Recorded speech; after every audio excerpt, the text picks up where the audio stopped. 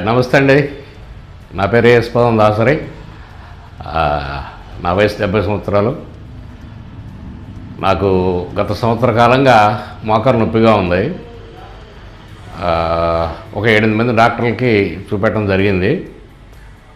కొంతమంది డాక్టర్లు మందులు వాడితే సరిపోతుందన్నారు. మెజారిటీ డాక్టర్స్ మోకాలు అరిగిపోయింది, సర్జరీ అవసరం అవుతుంది మీకు అని చెప్పారు.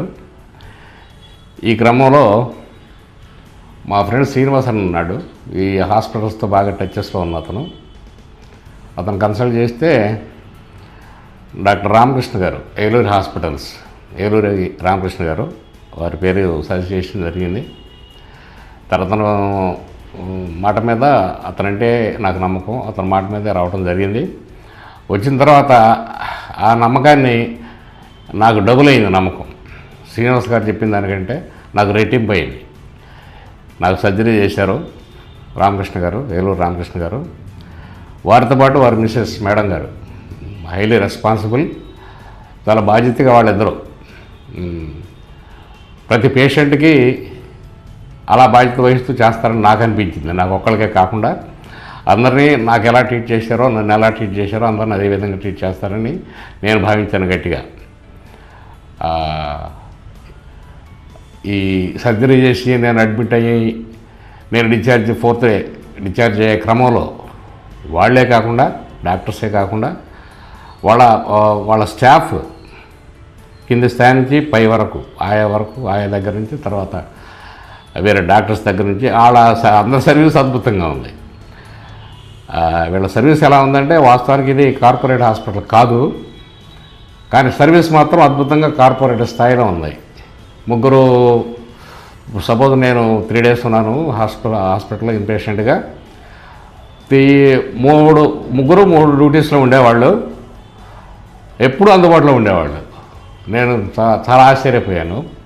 ఈవైపు ఆ స్థాయి సర్వీస్ ఎక్కడ చూశానంటే, నేను గతంలో అపోలో హాస్పిటల్లో చూశాను. నేను ఓపెన్ హార్ట్ సర్జరీ కూడా అయింది నాకు. హైదరాబాద్ అపోలో హాస్పిటల్లో చూశాను ఆ సర్వీస్. ఆ స్థాయికి ఏమాత్రం తగ్గకుండా ఇక్కడ సర్వీస్ ఇచ్చారు వీళ్ళు. 24 hours పేషెంట్ని కాసుకుని ఉన్నారు, నన్నే కదా అందరినీ. కార్పొరేట్ హాస్పిటల్ కానప్పటికీ సర్వీస్ మాత్రం కార్పొరేట్ స్థాయిలో ఉంది. బిల్స్ మాత్రం నార్మల్ హాస్పిటల్ బిల్సే ఉంటాయి, కార్పొరేట్ హాస్పిటల్ బిల్స్ అయితే ఉండవు. ఇంకోటి ప్రత్యేకత ఏంటంటే, డాక్టర్ గారు, మేడం గారు ఇద్దరు ప్రతి పేషెంట్ పర్సనల్గా అటెండ్ అవుతారు. చివరగా నా డిశ్చార్జి 40 రోజులకి వస్తే కుట్లోడు తీస్తామన్నారు. జనరల్గా కుట్లోడు తీసే క్రమం నాకు తెలిసి ఆ సీనియర్ నర్సెస్ ఎవరో వాడికైతే అప్పచెప్తారు. అది చేయలే, డాక్టర్ గారు స్వయంగా వచ్చి కుట్లోడు తీశారు. డాక్టర్ గారితో పాటు మేడం గారు కూడా వచ్చారు. ఇద్దరు దగ్గరుండి నా కుట్లోడు తీసి నా యోగక్షేమాలు కనుక్కొని చాలా సంతోషంగా పంపించారు హాస్పిటల్కి.